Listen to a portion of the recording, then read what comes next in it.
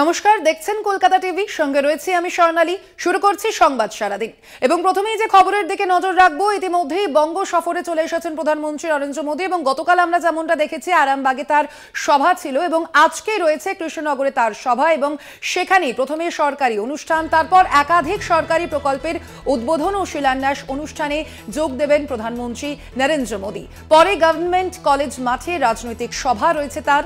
শুক্রবার আরামবাগে তৃণমূলকে তীব্র আক্রমণ করেছেন নরেন্দ্র মোদী। আজ কৃষ্ণনগর থেকে কি বার্তা দেন নরেন্দ্র মোদী, সেদিকেই তাকিয়ে গোটা রাজনৈতিক মহল। আপনাদের আবারও জানিয়ে রাখি, দুদিনের বঙ্গ সফরে রয়েছেন প্রধানমন্ত্রী নরেন্দ্র মোদী এবং আজ কৃষ্ণনগরে রয়েছে তার সভা। কৃষ্ণনগরের প্রথমে সরকারি অনুষ্ঠান এবং তারপরে রয়েছে একাধিক সরকারি প্রকল্পের উদ্বোধন ও শিলান্যাস। এ বিষয়ে আমরা আরো বিস্তারিত জানবো। কৃষ্ণনগর থেকে সরাসরি রয়েছেন আমাদের প্রতিনিধি সুবল মজুমদার। সুবল, আজ সারা দিন ধরে কি কি কর্মসূচি রয়েছে প্রধানমন্ত্রী নরেন্দ্র মোদীর?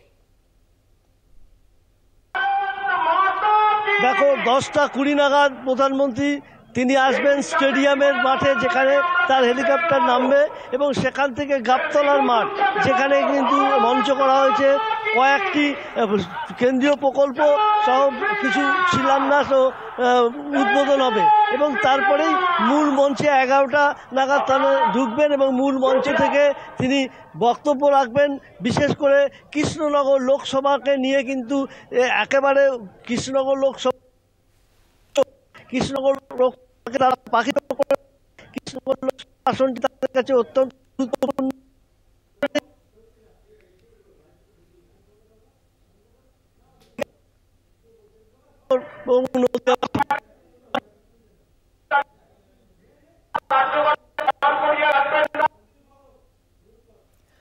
আপনাদের জানিয়ে রাখি, আজ কৃষ্ণনগরের সভা রয়েছে প্রধানমন্ত্রী নরেন্দ্র মোদীর। গতকালই আমরা দেখেছি আরামবাগে প্রধানমন্ত্রী নরেন্দ্র মোদীর সভা এবং সেখান থেকে একাধিক ভাবে তৃণমূল কংগ্রেসকে নিশানা করেছেন প্রধানমন্ত্রী নরেন্দ্র মোদী। সন্দেশখালী থেকে শুরু করে নারীদের উপর অত্যাচার, একাধিক ক্ষেত্রে তৃণমূল কংগ্রেসকে নিশানা দেগেছেন প্রধানমন্ত্রী নরেন্দ্র মোদী এবং আজ কৃষ্ণনগরে রয়েছে প্রধানমন্ত্রী নরেন্দ্র মোদীর এই সভা এবং সেখান থেকেই একাধিক সরকারি প্রকল্পের উদ্বোধন ও শিলান্যাস অনুষ্ঠানে যোগ দেবেন প্রধানমন্ত্রী নরেন্দ্র মোদী। সামনেই লোকসভা নির্বাচন এবং তার আগে কৃষ্ণনগর লোকসভা কেন্দ্রকে নিয়ে কতটা গুরুত্ব দেন প্রধানমন্ত্রী নরেন্দ্র মোদী, সেদিকেই তাকিয়ে রয়েছে গোটা রাজনৈতিক মহল এবং এ বিষয়েই আমরা আরো বিস্তারিত জানবো। ফোন লাইনে রয়েছেন প্রতিনিধি সুবল মজুমদার। সুবল, তুমি যেমনটা বলছিলে,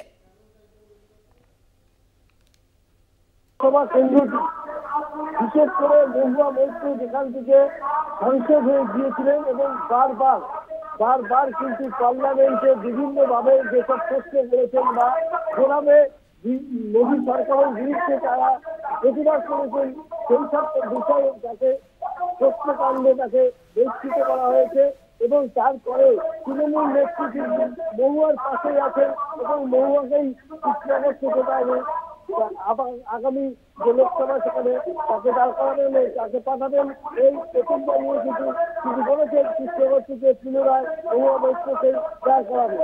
মোদীর যেটা মাথা ব্যথার কারণ, বারবার তিনি যেটা বলেছিলেন বা পার্লামেন্টে যেভাবে তিনি প্রশ্ন করছেন বা যেভাবে বিভিন্ন বিষয়ে দুর্নীতি নিয়ে চেষ্টা হয়েছিল, সেই কারণে হয়তো এই কৃষ্ণনগর লোকসভা কেন্দ্রটি বিজেপির কাছে একেবারে পাঠিত এবং সেই কারণেই কিন্তু আজ কৃষ্ণনগর থেকে তিনি কিন্তু কি বার্তা দেন এবং এই লোকসভা কেন্দ্র থেকে কিভাবে এই মানুষকে তাদের কাছে টানতে পারে সেই প্রচেষ্টা করবেন মোদী বলে জানা যাচ্ছে এবং সেই কারণেই কৃষ্ণনগর লোকসভা কেন্দ্রের অন্তর কৃষ্ণনগর গভর্নমেন্ট যে মাঠ, সেই মাঠেই আজকে মোদীর সভা রয়েছে।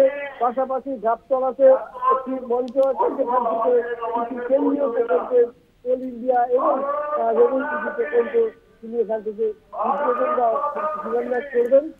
একদমই সুবল, সেদিকেই তাকে রয়েছে গোটা রাজনৈতিক মহল তথা রাজ্যবাসী। প্রধানমন্ত্রী নরেন্দ্র মোদী আগামী লোকসভা নির্বাচন নিয়ে কি বার্তা দেন, সেদিকেই তাকিয়ে রয়েছে রাজ্যবাসী। ধন্যবাদ তোমাকে সুবল।